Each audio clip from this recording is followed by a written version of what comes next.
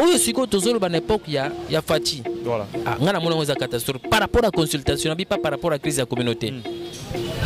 Jusqu'à ce que pour gouverner mais ben tozaka na vie, tozana vice-ministre était passé vice-ministre Azali wana il est là par son propre fort. Son propre fond na sens nini? Il y a un parti politique. Il y a parti politique, il y a PPRD, il y a coopté, il y a le gouvernement. Mais il y a un Fati en tant que garant de la nation, sur le cadre de la laïcité. Déjà 10 millions de voix, sur 10 millions de voix en 2023. Imaginez-vous, ça peut faire quelque chose. 10 millions de voix, ils ont traîné. 10 millions de voix président de la République, ils ont traîné Karaboye. Nous avons encadré moi. Moi, je crois que c'est vraiment le moment où ouvertement, Kokota na géolégalité na mandat passé, il y a diviser les musulmans, réunir les musulmans. Les musulmans passent ensemble pour que aux a la possibilité un jour ce qu'on faire passer message par les musulmans ils allent capter à 100%. On est là on a quoi ça na première république. Voilà. Mais par rapport à je suis en Mboka na zo on a le baquet. Première république il faut pas consulter biso. Docteur Alphonse Lumanga. Ba papa, ba maman, partout vos alliés, monde entier nyonso, est-ce que boza ata maladie songo le tema na vie na yo. Oh, mio mimowe avanda kanga place à moana. Oh, fibrome quelconque. Maman, solution ezali. Solution ezali. Qui soit na, ezate ote, batin de l'onanu. Place oza, place qui soit na, place sac. On a place et pas le docteur Alphonse Oté. Stérilité. On a placité. Ba maman o ba lela kate na ba maternité ba koma ko lela grâce ya Nzambe oyo akitisa maele pa ya papa Alphonse misu na nga moko témoin. Docteur Alphonse est égal à traitement, guérison, témoignage avec Jésus. Bo sanate maladie nyonso o etumisaka biso eza esprit. Docteur Alphonse azo traité na bon Nzambe po alonga ba esprit. L'agence d'export et d'import, Michel Atlantic Shipping, et Bana ya Canada, Bana ya USA, Bomitungisa Lissusute. Pour tous vos achats et ventes de voitures, pièces de rechange et les accessoires possibles, na koti na ba koli na bino na Kinshasa, Bomitungisa Penzate. Please, bakoya koza koli tinanda. Pour tout contact, Benga Michel Lukadi. Plus 1 508 371 60 43 USA na Canada. Pour la Kinshasa, benga na plus 243 89 551 30 38. Michelo Atlantic Shipping. Yaboye. Bazuapi. Raph Ngindou, félicitations pour la promotion, ça la rapport à l'artiste. Que Dieu te bénisse. À qu'on n'ait pas demandé, il n'y a rien en face. Suivez Congo Promo TV avec le PDG Raph Ngindou. Nanenga mabete Congo Promo Raph Ngindou. Boga, en tout cas, félicitations, merci si tu es où, mais là. Raph Ngindou, le présentateur la force créative Congo Promo. Boroto, ça la force militaire la Congo Promo. Et faites comme moi, allez voir Congo Promo, tv5.com. Donc au nom de Jésus-Christ, nous bénissons le Congo Promo. Avec Raph Ngindou, Congo Promo ne tombera jamais. Piccolo Congo Promo nde. Ouais, balobi Raph Ngindou. Congo Promo toujours, grande puissance. Come Congo Promo qui torcos net in a film. Congo Promo babunda nanango. Raph Ngindou. Congo Promo. What a plus, what another boss là.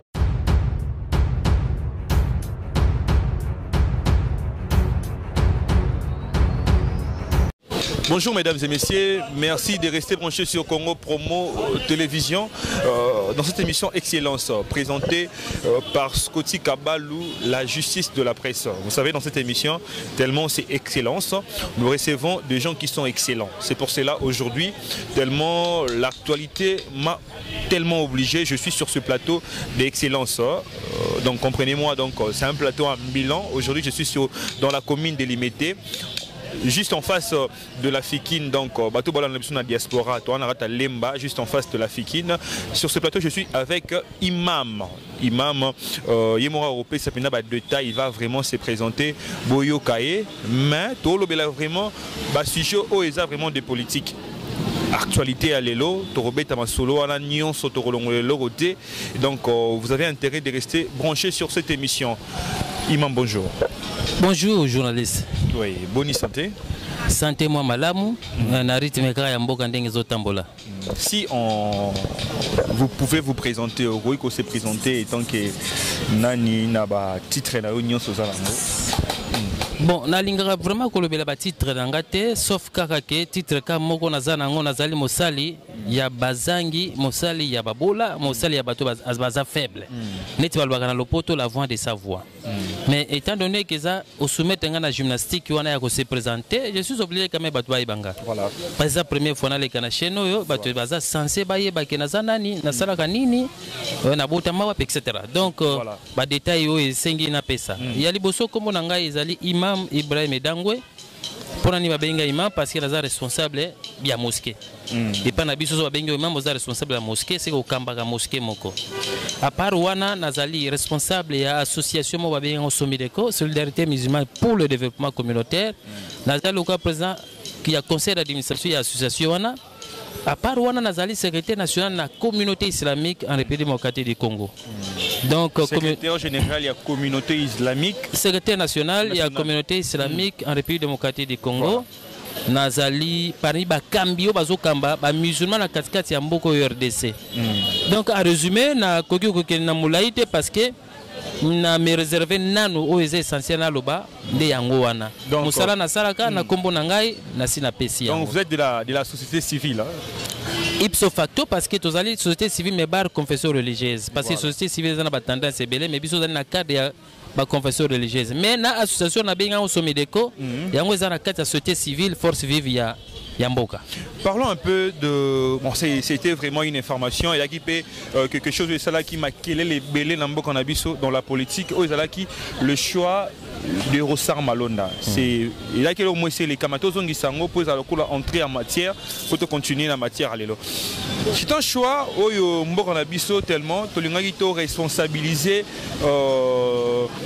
choix et ça la confession chef et la confession religieuse ne bakendara 8 bakendara ba porter choix na bango sur le nouveau président Ouarukamba Seni Tobi Seni Zali structure Mimarabiso na l'élection où ils sont vraiment indépendante où ils sont légal où ils sont clair.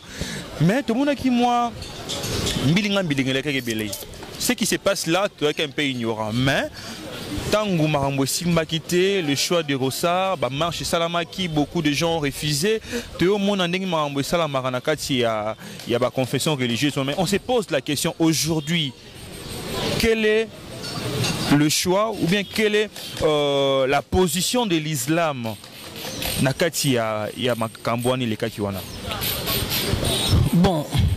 Nazolingana na épinglé aspect moko aspect où esengeli bato batia na mitu ba intérioriser puis ba vivre na yango omoni na lopoto balobi c'est utopique de concevoir une société sans conflit.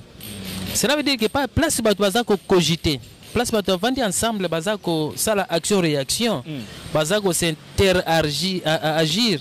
Cela veut dire que quelque part il va y avoir toujours des problèmes na contexte où le belinga ya Rossar Malonda. Voilà. Ok, nous, communauté islamique en République démocratique du Congo, nous sommes partie prenante dans le cadre de la confession religieuse. Et surtout que la responsabilité à cause de la choix, il y a le président Asseni, il a relevé la compétence de la confession religieuse. Cela veut dire qu'il y a une réunion pour parler dans le cadre de travaux, il y a une kati. Tout ça kati moi nungu ezalaki ndenge boyoka que les journalistes sont mieux placés aux des informations crédibles et réelles vraies informations il y a source mais étant donné qu'il faut que kolobela moi mukende na ngina biso boye to salaki mais mobulu ezaki mwandambo mobulu ezaki mwandambo na kati par rapport ya choix basalaki donc on a qui diviser une partie division qui pour l'autre partie contre division ezaki makasi beaucoup qui nikena na politique on dirait moi politique et kota qui makasi na mambango pourtant tu as dit que bino boza politique ya on to chaki bino wana pour bosa la choix tout lobby politique en soi confession religieuse aussi que la à politique même par rapport ya ba statut même par rapport à documents ça ko encadrer ba confession religieuse toujours la politique. Donc, en politique, activité, le mais politique, dans le sens peut-être influence politique. Voilà, c'est ça. Que de telle sorte qu'il va voter candidat, il va voter candidat. Mais ce que tu bien processus on est kendaki, yoyokaki yango, ezaki nde élimination, candidat par candidat. Yango no moni même qu'à l'époque, biso to dénoncer ki yango pe le fait qu'il y a que bakoy ko écarter. ba candidat moso bazaki na kati ya ba pour bazaki parmi bazaki listé parmi ba candidable na cadre ya choix wana par rapport ya appartenance ya nini ya ba province na bango. Par exemple na kolo bango pole parce que toujours na télévision sengi to ba bosolo nyonso. Babi bato baza baluba comme baza na obédience à la République baza province mona la République ko kotate. Voilà.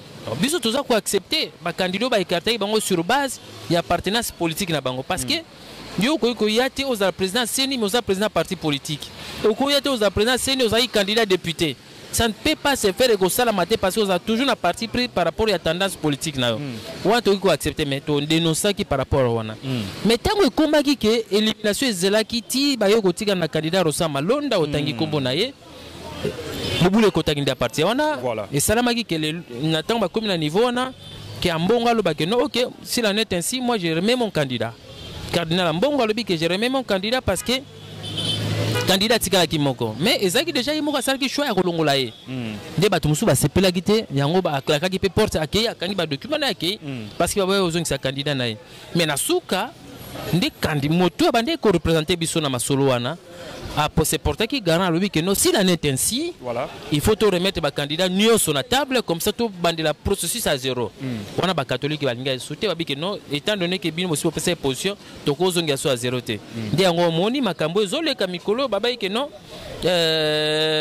président représentant ya église de réveil général Sonika Futa kenda ki asali PV ou à transmettre qui yango na niveau parlement et que parlement tinda ki pas président malheureusement heureusement les autres dépendent du contexte où on se retrouver que le président peut enregistrer que non il faut bâtir sous bâtiment donc cela veut dire que qui dit sous bâtiment bâtir l'élément nier surtout ça qui a processus ou on a choix donc cela veut dire qu'il y avait hiatus même s'il faudra que tu aies un document là vous en a difficulté parce que vous avez un document il faudra maintenant tout le monde a signé n'a pas accepter que signer choix il y a l'ingété c'est ça donc mon est complexité zaliwana tozali sika tozali document ces zones na parlement tout ça cause la siko parlement tant que nous la session nango il y a septembre je crois oui septembre oui bah c'est prononcé par rapport na yango mais bah nous ça na cessé ndeko to landa ki na TGI na TGI ba bi ki ba confirmer nini élection ya Malonda bon voyons voir parce que au-delà de tout ce qui est juridisme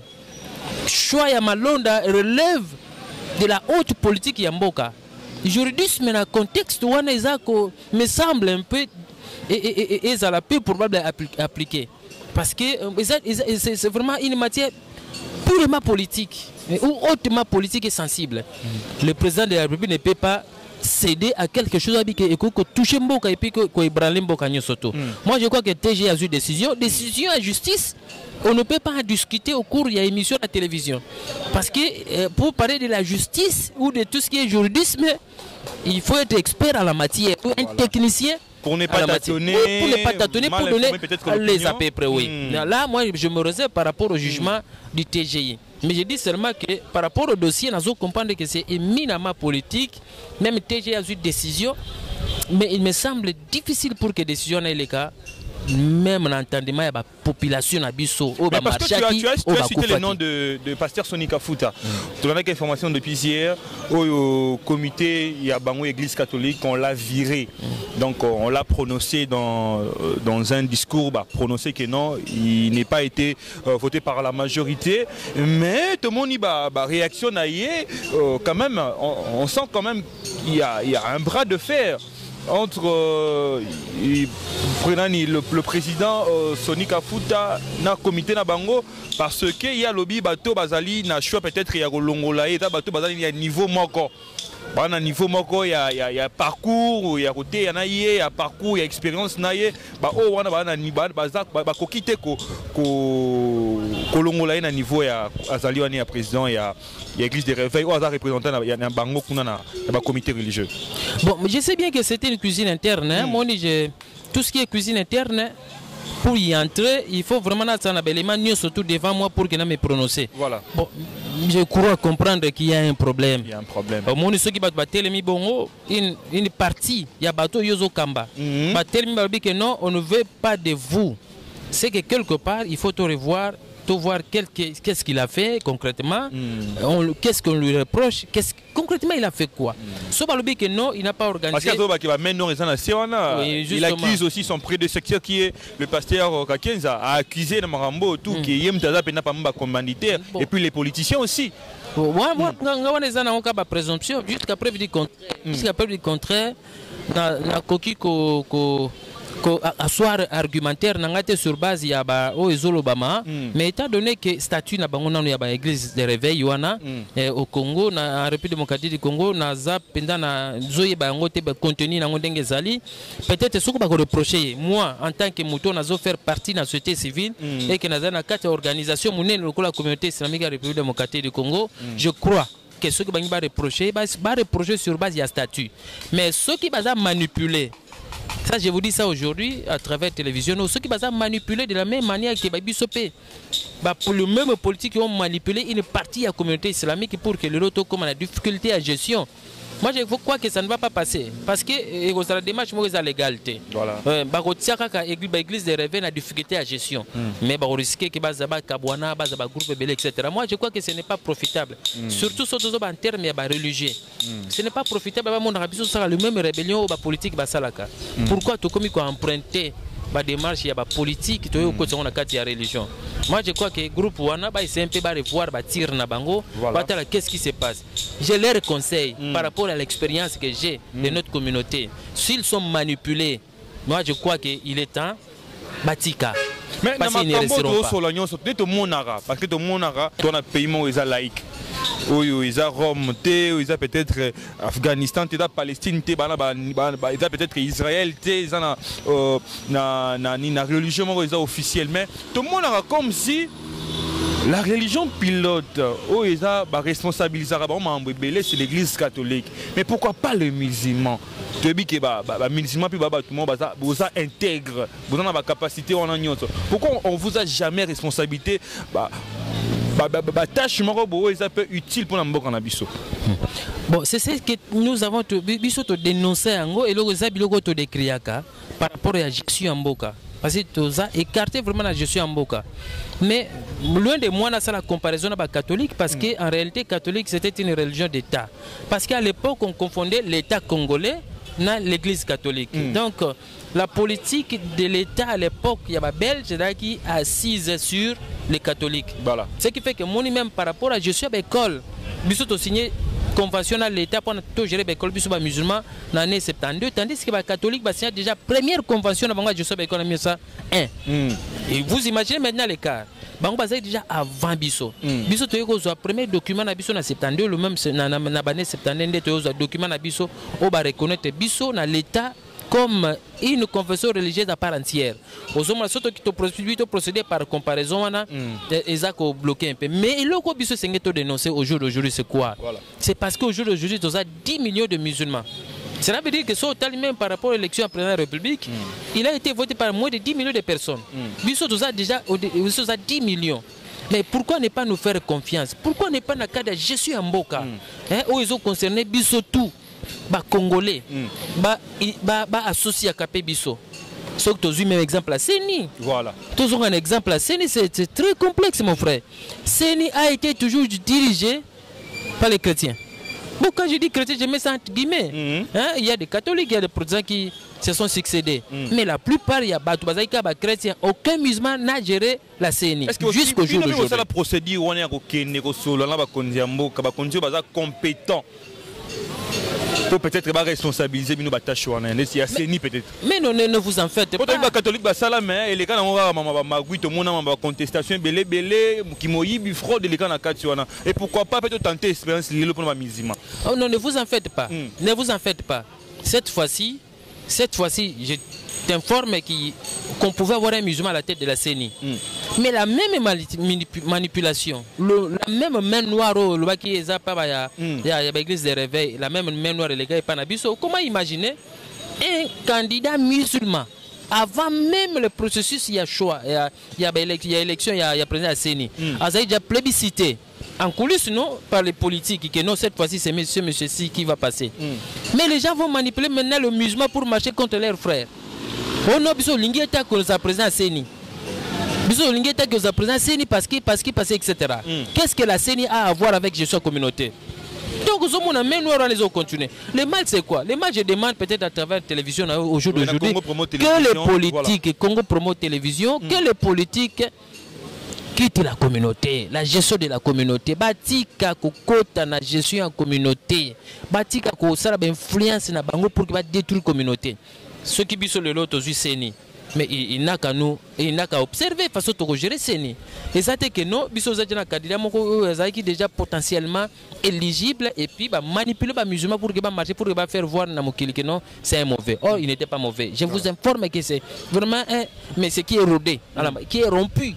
La gestion, il y a des élections. Parce que je les connais bien. Je les côtoie souvent. Ayebi makambo élection bien que les caméras soient proposés. Mais pourquoi c'est manipuler la population pour que ça la que bandi maïté. Mais l'autre chose pour la maman, Italie réforme. Réforme oui, ça là qui déjà le 13 personnalités to benga bango bongo. Ba qui va sengi réforme, ba sengi dialogue, ba institution tout ça là. Bon ba so le roi congolais parce que biso to ba noir, tout ça maintenant la culture na biso quand il y a un problème, les gens se réunissent autour d'une table pour sur la mambo Italie Congo. Bon. Mais la façon, l'élément, le soubassement, communauté islamique, vous êtes pour un dialogue, vous n'avez pas de réforme, parce que tout le monde a déjà qui réforme depuis hier, tout le monde a opposant mais on a remarqué quand même il y avait une absence horrible de gens de FCC et du cash. Bango on dirait puisqu'au bino islam. Vous êtes partant ou bien bon, d'abord, ce qui promet inclusivité, disons. Ce qui promet inclusivité, ils ont se posé par rapport à un forum Oyo. Ils ont déjà organisé depuis hier aussi, pas avant-hier, par un groupe opposant. Sans pour autant que l'autre groupe ça pose déjà problème. C'est un mauvais départ. Ça ne réussira pas. Hein? Ça, je vous dis sincèrement que ça ne réussira pas. Parce que toujours Tolobaka, Namboka na biso faut inclusivité, tout ça dialogue inclusivité, concertation inclusivité. Mais comment est-ce que bino boko bandelo go sala yango kaka bino moko opposition? Là, une partie peut-être de la société civile de Bakoti na Katiwana. Donc c'est que quelque part, même si l'Union européenne a appuyé l'activité, l'Union européenne aussi doit tenir compte de l'inclusivité. Parce que la République démocratique du Congo, ce n'est pas seulement les Lamouka. Ce n'est pas seulement la Mouka. Force politique est belée en présence. Donc il faudra maintenant qu'on associe tout na kati ya nini ya masolo wana. Mais lelo toujours comprendre est-ce que pour lelo makambo réussi on a mboka na biso ba dialogue ba concertation pour biso ba congolais to solo là. Il est seulement obligé qu'il y ait présence d'une communauté internationale. Est-ce que les Congolais vont retrouver problème congolais?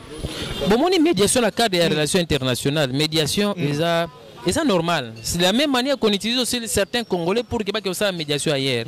Tokobo ya médiation te, tokobo les bons offices ya bande côté, so ba moni ke bande kwazo bunda, yo lobi faire nini qui veut revivre ngai palabre africain que ceux qui sont en Afrique tous en likambo to vanda autour du fait to solo li to kati makambo. Ozomona mais dans toute chose, ceux qui batwaze sika moko bazo yo kanati, il faudra maintenant qu'il y ait une troisième personne ou à intervenir pour que à 5 sabango banda ko solo là. Nous sommes d'avis par rapport à bateau yoba benga ki Union européenne qu'ils avaient raison. Il y a benga Union européenne et aussi la médiation ou bien est organisé basizouana.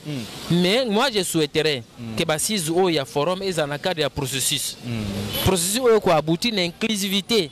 Il y a même bao bazate. Mais il y a déjà inclusivité parce que déjà FCC cash au hasard les on est bazo kamba baza non partant on a quatre forum moi. Donc moi je dis sincèrement ceux qui inclusivité ça j'insiste je pèse mes mots. Ceux qui lamuka asali yango kaka yemoko na Union européenne et que pour que ba faire gober la ba congolais ba résolution ba sizwana moi je crois que ça ne passeront pas. Il n'y aura même pas d'impact. Non, ils ont impacté parce que inclusivité zate. Ça la effort, ba associé dans la mesure du possible et l'autre partie qui est restée. Moi je crois que c'est en ce moment-là que ça pourra marcher.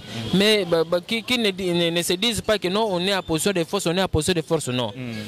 tozolinga tobongisa makambo ezoleka na mboka parce que le pays va mal, il y a un sérieux problème na mboka. Voilà. Le fait qu'il y a un sérieux problème mboka, il y a d'abord il y a Jésus en mboka. Il y a un sérieux problème. Ko sangisa bato sika mo ezalika pour retrouver solution na bien l'intérêt ya ba Congolais. Donc basa l'effort comme si babandi forum associé pe bato bazali bana, moi je crois que ça pourra marcher. Dans les cas contraires en tout cas, je suis désolé. Parlons un peu de l'acquittement du pasteur Mukuna, pasteur Mukuna qui est à la makala bakanga qui est pour na ba cause belé viol et puis mambo belé qui na kati tout tout le monde a vu vidéo, mais au moment où on parle, pasteur Mukuna depuis hier, il est libéré, il est chez lui à la maison, il est acquitté par la justice congolaise. Et nous, la population, nous voulons savoir. Bah quitter pasteur Mukuna. Parce que vidéo biso to mona ki elengele ka na TV. Vidéo biso tout to mona ki na bato ba na biso. Il a eu un montage. Point de vue non na mambo ezanonde. Bon. Tout le monde a qui vidéo. Mais moi personnellement, j'ai évité même côté la vidéo voilà. Parce que tout ce qui suivait vidéo c'est une insanité. Moi je peux pas comprendre na vanda na télévision ou bien na vidéo na téléphone na na zolanda moi sina mobali baza bolumbu bazo sala makamba bosoto na miso ya bato na go Holanda ngote. Mais il faudrait maintenant différencier mon frère moi en tant que mosali ya Nzambe justice ya Nzambe na justice ya C. Justice ya C ce qui est innocenté. Babi kaza innocent sur base ya ba élément bango bazana ngo babi que non, ce n'est pas lui. Mais consciemment s'il a fait ça, lui-même connaît. On peut tromper tout le monde, mais pas sa propre conscience. Tel que Mukuna est là. Ce qu'on a dit que matela ka mwasi wana na kati ya mutu kana ye.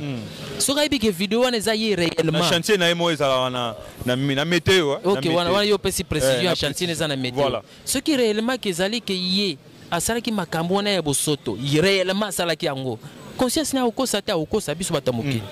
Bakambo ya justice de la même manière nazolinga koloba ko insister. Justice ya mukili, je ne me prononce pas. Mais nazoloba que conscience ya yemo ko interpeller ye. Amatela mwasi wana ou bien amatela mwasi wana te. En dehors il y a tout ce qu'il y a comme juridisme, il y a oh non il est ma oh non etc. Non tout bimano na monde wana ya juridisme. To que na monde siko ya religion, religiosité. Yemo ko ndengaza na tant que pasteur ndo mabenga ke ce qui révérend, ce qui pasteur. Est-ce que devant conscience na ye azwa miroir amitala na miroir aloba na miroir elongi ezomona na miroir elongi ne moko ba ke non ngai Mukuna na sala te wana tikali ya ye na Nzambe. Next na niveau na bino ba Islam mokambi ya mosquée peut-être que bakangi en flagrance ba biloko wana esa ko songa pe okamba pe su bato. Bo biso soki toke na cadre ya baloi na biso ya Islam. Oui, église yango ye mta commander église na ye. Quand il veut, il peut revenir, il peut reprêcher. Est-ce que chez vous, ça peut se faire? Na contexte na biso, ya Islam ya ona ngana loba, ko kanga mokambi oyo aza ko poser ba acte ya bongo. Voilà. Eza na ba condition nini boko arriver pour ne que bo empêcher à sambelisa. Na contexte na biso. D'ailleurs na contexte na biso na cas flagrance. Il faut qu'il y ait 4 témoins. Et puis 4 témoins crédibles. Ok, non, ils n'ont rien à voir avec le à poser acte. Bazan a conflit n'a été, bazan a problème n'a été, bazan a montage été, coup batté.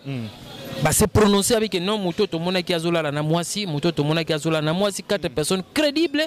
Ok, certifié, pe bon baza crédible, il n'y a pas de parti pris par rapport à donc il y a une procédure jusqu'à ce que comme d'abord on a confirmé acte à poser et puis batali maloba ya Nzambe et lobi nini comme ça azumbano par rapport à maloba Nzambe ndenge lobi na Coran. Parlons biso et pas na biso za état des droits, état des droits lelo état des droits tous sont réellement Mukuna parce que Mukuna il est libéré, mais il y a une opinion, une thèse, une opinion selon Bango, état des droits où ils état morobo et où ils appellent non il y a faible parce que Mukuna bien continuer combat na apparemment à combien les tout puissants les lots pour quand appelle Mukuna appelle les comme sous pas si parce que déjà ko bima de les loko wana pour azala quitter comme il y a pas si état des droits to lingi na mboka na biso.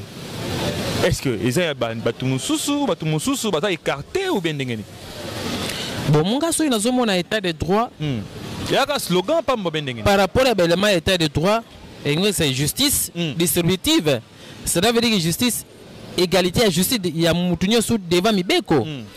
Cela veut dire que traitement de traitement privilégié à la thé et ça c'est que ceux qui yo ne bazo sambisa yo osala mona général moko azana mopanzi be ministre moko azana mopanzi ba pesa ye avantage ke yo yango ande bazo benga par exemple élément état de droit justice oza ya mutu nyonso tu aza na égalité devant mibeko ya mboka et même devant ba sanction ba condamnation. Moi je crois que na contexte ya mukuna nazo reprendre yango c'est sa conscience qui va parler tôt ou tard à sala ou bien à salaté tout coup non ndenge na ndo baté na juridisme ezali kaka concept wana dans ce contexte ya mukuna voilà ba exemple ça légion ezebele o ko citelinga par rapport ya ndenge ozo concevoir état de droit ezali ba faible ezali kaka pona ba faible ne bazo kanga bango mais za pona ba faible té ce qui tozui mutuluka directeur à cabinet président de la République les lois azana makala ba bien ala iga koba il faut ba tester état de droit pour ici ba moni ça ba état de droit et simbi donc ba inona mutu ala ki pembe na ya ika kobai ce cause la kobai Bukanga Lonzo les antomoni Bukanga Lonzo qui a inspecté ba inspecteur batala qui on a le premier ministre a commis amoni ba machine neuve balongola ka ba monter donc Bukanga Lonzo ba machine wana et salamate ça tout un procédure batora ba banani lora qui l'ex-gouverneur de la ville, Papa Kimbuta. La façon, la gestion de la ville a été mal entretenue. Mbongo ba disposition mbongo belé salami. Mais batu bien kokanga bata mo belé. Mais pourquoi pas pourquoi ba bandeka na batu moko boye au petit lelo to ebi ke bazana ba sanction. To kepe musikate mais c'est Chadari. Ana sanction moko pe boye pour mambolika ki na numbi kuna donc apparemment batu mo basa écarté batu musunde ba servi cadre de cobaye. Bon, ceux qui ont bengi mutuloko la directeur à cabinet à président de la République azali moindre, azali parmi les faibles na mboka oyo. C'est que yebiete. Honorable Vital Kamerhe, directeur à cabinet à président de la République azali moindre té. Aza moindre té président de la République ozo directeur à cabinet lokola cobaye. Directeur à cabinet a accompagné jusqu'à ce qu'il a eu victoire na aux président. Pouvoir bisoter pièce sur pièce, va pouvoir bisoter. Pièce contre Jamal a reconnu d'avoir toute la somme. Jamal a reconnu à Rosango. Où tout le monde a Vital Alongoli 1000, 2 millions de dollars. Tout le monde a monté. Mais dernière information, Nazanango et Jamal a se contredit, a se dédire par rapport à la proposition. Vérifiez bien l'information, que Jamal a se dédire à lui que non, Azoka une partie en bon. Donc tout ça, Nazo Bisayo, Kakane, Nangina reprendre en tant que Moussali Anzambe, Nazako reprendre. Même Kamerhe, honorable, Ndenga Zaliwana, directeur cabinet pour chef de l'État. Soka Ibaki Aibi Moka Ibaki. Mon frère, entre nous soit dit. Soka Ibaki, Soka Zoki Mo Loko Yamboka Aoyo. Et si Kaza, Aibiki na liaka. Soki pa liate, conscience na en âme conscience, Aibiki na liaka nangelo côté. Jamal tel qu'il est là. Soki pa lia. Aibiki aliaka, ce qui pas liakate, Aibiki aliakite. Moi je crois que tout spéculer sur la décision il y a justice ya moka oyo et bien ya mokili. Justice ya mokili na ebiso que ça toujours na ba lacune. Justice ya mokili toujours na ba parti pris parce que ça justice ya moto. Mutu ndazo rendre yango. Jamais mutu akozala ka juste le kwa nzambe. Voilà. Mais attendez, c'est juste à mon kolasuka. Il y a un débat devant un fait accompli, va faire voir tout ce que ça qui même na robombana, au rosanga, au robotika, les bouches bé. Na moni justice à mokiri, tout le belango pena mengité. Tout le plus justice en mais surtout dans le cas de Moïbi, il y a des tournements dans l'acte tout ça na mokiri. C'est un peu complexe par rapport à Yango. Mais dans tout ça, l'élo, la religion musulmane, vision na bino na politique à Congo, les années parce que mon conseil qu'on va appeler là non na consulter non na ba musulman et c'est pas la qui sanga non pe ba aider ngai la façon dont na ko mona na ko kamba pe mboka o lelo ba musulman vision na bino bona mboka o ezanini. En tout cas désormais na niveau communauté islamique en français on a pris le taureau par les cornes. Cette fois-ci nous devons nous prononcer. Tout en état toujours dans la société civile, dans le monde politique, voilà. Tout en état toujours dans la société civile, nous devons nous prononcer par rapport à toutes les questions de l'heure. Yeba ki makambo to bandole kanamboka. Communauté islamique abanda ko émettre ba vie nango et considération. Voilà. Même dans le cas de réforme ya loi électorale, je te dis sincèrement que communauté islamique ko émettre ba vie nango et considération. Même dans le cadre de les 13 parlementaires au bazar kotambola pas responsable ya mboka communauté islamique et qu'on recevoir bango na contexte ya que ba faire voir pe point de vue na bango par rapport ya gestion ndenge nini mboka otambola. Ce qui si va y avoir dialogue, il y a que communauté islamique peut faire voir et faire valoir disons place na yango na cadre ya gestion ya mboka oyo. Tokoki kozalaka kotikala sima te bato musu bazokamba mboka mais soki comme na élection biso to voter bango tanga okamba mboka nous on est écarté. Non, cette fois-ci par rapport à toutes les questions qui se posent dans mboka dans le cadre social, communauté islamique et se prononcer. Je ne suis pas la bouche autorisée à la communauté islamique pour se prononcer dans voilà. Mais je vous dis sincèrement que désormais to se prononcer parce que déjà on est en train de créer, c'est encore en chantier, on est en train de créer une commission qui va s'occuper de toutes les questions sociales Yamboka. C'est par les billets ou les canaux de cette commission que la communauté islamique va maintenant s'exprimer. Oui. Ce que les questions vont se poser, moi je ne peux pas prendre une position par rapport au forum. Mais je sais bien qu'au moment opportun, les responsables, celui qui est habilité à prendre la position par rapport à Makamba Forum, il prend la position. Parce que si ça nous concerne tous, c'est ceux qui basent sur la cadre de Mboka pour rectifier moi il faudra, je dis ça clairement à Martin Fayoulou. Et je dis ça clairement à Mozito, voilà. Professeur. Apparemment, vous devez. Ok, les deux là, je parle de ces deux leaders là, Koni Nambo Kanabiso, vous devez associer les autres, ne vous en faites pas. Il faut qu'il y ait l'inclusivité pour que Makambo tout le besoin comme souci est abouti. Dans les cas contraires, on fera du surplace. Moi je dis qu'on associe aussi les autres. Ils ont refusé. Qu'est-ce qu'ils ont refusé? Ils ont dit quoi par rapport à l'idée? C'est par rapport au fond ou bien à la forme. Bien entendu dire aussi que que toutes les questions politiques à Mboka doivent passer par les cadres institutionnels. Est-ce qu'ils ont tort? Est-ce qu'ils ont raison? Dans le contexte actuel à Mboka, on doit les approcher. Pour par rapport à Ndenge Bozoba, qu'est-ce que vous attendez par cadre institutionnel? Et ça ok, comme ça, qu'on échange autour d'une table, Ndengobi palabre africain, qu'on échange autour d'une table, Moutona Mouta PC pour de vie naïe, et après ça on lance les choses. Mais tout à l'heure, on attend la 5e République. Une question qui m'est venue en tête. On a commencé par le tout premier président de la République, Yambo Ranabiso Kasavubu, Toyena Mobutu, Mouzé Laurent Désiré Kabila, Joseph Kabila. L'autre, on attend Fachi Béton.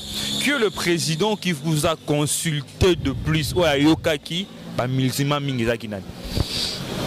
en tout cas, déjà. Si je savais que question est qu'il y a, Nangana eu preuve à l'appui. Voilà. À l'époque de Kassavou, je me rappelle, j'ai des correspondances où le président Kassavou a joué à Koma pour museler, pour empêcher même l'épanouissement de la communauté islamique. Okay. Jusqu'à ce que même on ne pouvait pas nous donner la possibilité de gérer les écoles. Imaginez-vous, déjà en 1960, le premier président de la République, sans pour autant parler d'avant 60, parce que d'avant 60 c'était plus les catholiques, c'était impossible. Nous on n'était pas là, c'est pratiquement impossible, voilà. Mais après 60, bon, disons, nous seulement maintenant en 62, il y a maintenant les Nendaka, je crois que tu connais Nendaka, Victor Nendaka, actuellement on peut le comparer avec l'AG de l'ANER, l'administrateur général de l'ANER, c'est lui qui s'occupait de la sûreté de l'État à l'époque, en 1962.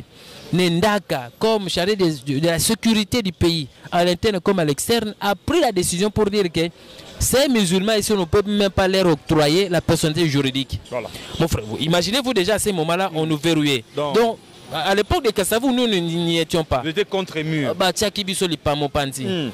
C'est tant Mobutu aïe.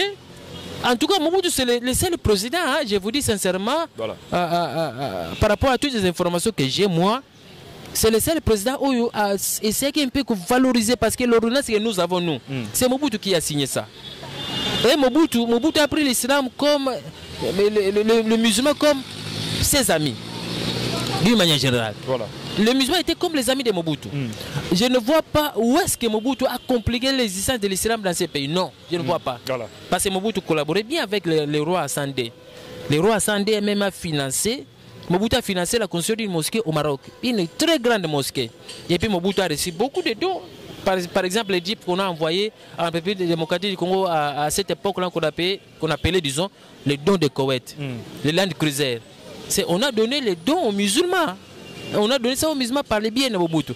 Donc Mobutu, à l'époque, musulmans. En tout cas, à l'époque, Mobutu, on était respecté. Non, Mobutu était catholique. C'était les catholiques toujours qui prévalaient, mais Mobutu était vraiment proche de nous. Il ne nous compliquait pas la tâche. Il était toujours ensemble avec nous. À l'époque des musées, c'était timide. Parce qu'à l'époque, on disait aussi que les musées musulmans, bon, je ne peux pas parler de la religiosité d'une personne, de la foi d'une personne, je ne peux pas mettre un point de vue par rapport à Nayango, mais je dis simplement que c'était un peu timide. Mon impact non, mais je sais bien que le musée Kabila était entouré de musulmans, de beaucoup de musulmans. Beaucoup de musulmans. Kabila ne nous compliquait pas non plus la tâche. Il observait. Il observait. Voilà Joseph bien. Non, je parle de Kabila papa pendant 3 ans. Okay. De Kabila papa. Maintenant, à l'époque de Joseph, non, je vois rien. Au début là, c'était un peu bien. Mais tout le monde il ne compliquait pas les musulmans. Akina pas papa Simon Kimbangu, Akina pas confession tout. Apparemment tout le monde a eu. Sauf chez les musulmans. Voilà, chef de musulmans. Il était un peu laïque. Il consultait tout le monde. Sauf chez les musulmans. Il n'est pas arrivé. Lui-même en personne. Consulter les musulmans directement. Je ne l'ai pas vu. Comme il a fait à Kena siège na Bango. Un siège na Bisso à l'époque. Non, je n'ai pas vu ça. Malheureusement, je suis obligé de dire ça. Mais c'est aussi malheureusement vers la fin de son pouvoir que la communauté islamique est disloquée, que Kakatangou a commis la souka à pouvoir. Moi je ne dirais pas c'est directement lui. C'est proche aussi les lieutenants à lui. On doit compliquer son existence. Voilà l'entourage Kabila. Il y a Kabila. Le représentant de Zagina s'est prononcé par rapport à la marche catholique. Il a soutenu la marche catholique. Or, les lieutenants sont proches de la bien. Tant que la bien, il va compliquer l'existence de la diviser la communauté islamique en 2 parties. Appuyer le groupe Moko contre le groupe Zaki en place. C'était en fonction. Imaginez-vous, quand on a 4 personnes qui s'imposer à l'organisation de Bimakende. Au sali recours dans l'État, la justice, mais rien et le côté. Donc quelque part, on a un main noire, comme d'habitude, main noire et Zaraka. Ils ont divisé même Basali ensemble. Ils ont mabé ma case parce que quand divisé Basali ensemble, ils ont une malédiction. Ils ont une malédiction au sentir en le loté. Mais continuer à vivre avec une malédiction et vous rattraper un jour. Donc vous allez humilier la vie pour rien. Donc ça bilo moko boye nazo ibisa ba politique baza ko recourir na main noire wana ya ko diviser batou. Joseph Aleki bongo lelo sikotan ya Fachi Beto. Fachi Beto, je crois que ça toko compter 2 ans à peu près yango. 2 ans déjà. En tout cas lui d'abord a hérité tout ce qu'on avait comme conflit à l'époque où tous les cas. C'est que il se bat tant bien que mal. Mais lui aussi il ne sait pas se situer par rapport à la légalité. Parce qu'il nous a trouvé la légalité avant désordre au quota. Voilà. Mais bon évidemment j'apprends que non à Tinda qui va conseiller naïe, va consulter, va musulman, etc. pour que ne fût que Tozonga et Sikamoko. Mais juste là, c'est timide. Hein? Bon, je te rappelle encore ta question, c'est en fonction des consultations. Voilà. Pas en fonction, il y a crise, il y a communauté. Non. À l'époque, il y a Moussé, il y a Joseph, président honoraire. En tout cas, lui, il consultait les musulmans. Il consultait les musulmans en coulisses jusqu'à ce qu'il a même nommé 2 musulmans. D'abord, il a nommé à l'époque un musulman comme vice-ministre, à son époque, à l'époque de Kabila, Joseph. Voilà. Deuxièmement, il a nommé un PCA et puis un DG à l'OCC. DG, PCA de l'OCC, musulman. Ce n'était que de musulmans, les 2 musulmans. Voilà. Donc pour cela, je dirais même qu'il consultait aussi. Il approchait les musulmans. Mais le mal, c'est que ces lieutenants à la fin lui ont induit en erreur pour lui dire que Batmoutouana comme à Alingi, à Lobi Makameza contre eux, et il faut détruire Bango. Mais qu'est-ce que font les catholiques? Les catholiques, il y a beaucoup de contre eux. Cardinal Maloula, on a la télévision, la radio. Comment est-ce qu'il s'est prononcé par rapport à Bango? Mais au moins, on a déranger Bango. Jamais on a dérangé Bango. appuyer dans le cadre de la consultation, ça va en tout cas et nous aider aussi par rapport à ça. Mais na soukande ya yeko bebisa. Oyo siko tozolo ba n'époque ya Fati. Voilà. Ah ngana mona moza catastrophe par rapport à la consultation, pas par rapport à la crise de la communauté. Jusqu'à ce que pour gouverner mais tozaka na vice-ministre était passé vice-ministre Azaliwana il est là par son propre fond. Son propre fond na sens nini? Il y a un parti politique. Il y a parti politique, il y a PPRD, il y a coopté, il y a gouvernement. Mais il y a beaucoup en tant que garant de la nation, ceux qui ont cadre de la laïcité. Déjà 10 millions de voix, ceux qui ont 10 millions de voix en 2023. Imaginez-vous. Ça peut faire quelque chose. 10 millions de voix, ils ont traîné. 10 millions de voix président de la République, ils ont traîné Karaboye. C'est la fin, l'ancien message de très important dans la présidence de la Nabi Sopele. Nazoloba directement la présidence de la République parce que Nabi Kazali garant de la nation. Nazoloba à ce titre-là. Moi, en tant que Congolais, en tant que musulman, Nazoïb ça prend la République 10 millions de voix, il y a des musulmans, et ça qu'on traîne, moi je crois qu'il est temps de récupérer 10 millions de voix. Attends que 10 millions de voter, si on voter à 5 millions. En dehors, il y a voter au Libanda. On a combien de voix en 2023? Moi je crois que c'est vraiment le moment où il y a ouvertement que quand on a géolégalité dans le mandat passé, il y a diviser les musulmans. Réunir les musulmans, c'est les musulmans dans l'ensemble pour que eux aient la possibilité un jour se faire passer message par les musulmans et ils la capter à 100%. On est là on a quoi ça na prendre la République. Voilà. Mais par rapport à je suis en Mboka na zozonga na lobake. Pour la République, il ne faut pas consulter Bisso. Cette fois-ci, je sais bien que toza ko tendre vers makambu ya dialogue. Il y a probabilité. Voilà. Je parle en termes de probabilité. Mais en termes de probabilité par rapport à je suis en Mboka. Toujours qu'il y a vers dialogue. Nous devons nous retrouver biso musulmans. Il faut tous en accord dialogue. On a soit les concertations dialogue. Mais tant que vous avez battre ma carte, maintenant tant que vous avez repartition à pouvoir, il faut les équitables. Biso pe musulmans tous par na biso. Togo zate toujours à la traîne ya bateau to accompagner pouvoir bimi ou dans un pouvoir et puis on partage à gâteau on vous écarte tous à la gâté cette fois-ci tous cinq pena plan république au tenir compte des musulmans n'habiter baka particulier net na tengle combat vice-ministre Azaliwana par son propre il n'est pas mandaté par la communauté islamique Azaliwana na cadre numéro personnel à ça qui be fournir la politique ndi abimi mais ba musulmans en soi baza wapi. Combien de musulmans dans le gouvernement, président de la République? Vous voulez une représentativité, voilà. Représentativité dans le cadre du gouvernement, puisqu'il y a 2-3 musulmans, ça nous fait du bien. Ceux qui même le que votre communauté islamique est pesate. Mais bien sûr, c'est que vous avez parti surtout la coalition. Les musulmans sont basés de part et d'autre. Bozo la biso ta bango ba osadja politique na bino. Poutia bango bazana kata gouvernement. Voilà. Biso communauté islamique, bon, disons, moi en tant que musulman nazo ba teke bozo ba musulman non. Nazo ba ke ba musulman bazadja na politique active. Bazo sadja na kata politique. Bozo ta bango boko tsango pe na kata gestion mboka. Ndeko zala je crois que la justice beaucoup rétablir justice. Dans le cas contraire, tozonga na mikando yo kasavu akomaki na ndaka toko considérant que no bino bozo verrouiller biso na mboko bolingi biso te. Or, ce n'est pas une bonne chose. Ok, merci Imam pour la disponibilité de répondre à toutes nos questions aujourd'hui. Donc, merci beaucoup pour ça. Je vous en prie, c'est moi qui te remercie. Voilà. Parce que tu m'as associé dans cette réflexion. Tout le monde va suivre ça, certainement. Voilà. Et que prochainement, si vous avez besoin de nous, nous serons là pour défendre la cause, j'insiste, d'abord la cause de la population congolaise d'une manière générale et la cause de la population musulmane d'une manière particulière qui est une force ou qu'une minorité significative, nous insistons, une minorité significative de 10 millions de personnes ou de 10 millions d'âmes telles que vous avez dit, on ne peut pas l'abandonner comme ça. Président de la République, 10 millions sont là, des personnes. Ils peuvent vous soutenir à n'importe quel moment, ou bien elles peuvent vous soutenir à n'importe quel moment. Merci beaucoup. Donc, quant à moi, je dis merci à tous ces gens qui sont restés branchés et nous ont donné une attention soutenue durant cette émission. Donc, c'est la fin. Je dis merci au boss de Congo Promo Télévision, l'ingénieur Raph Ngindou.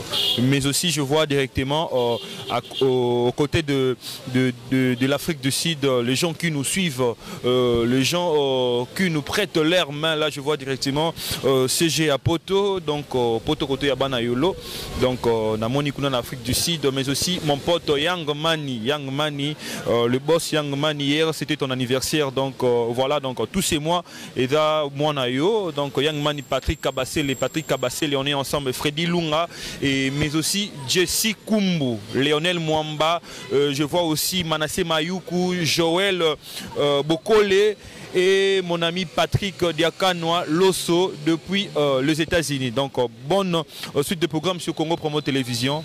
Au revoir.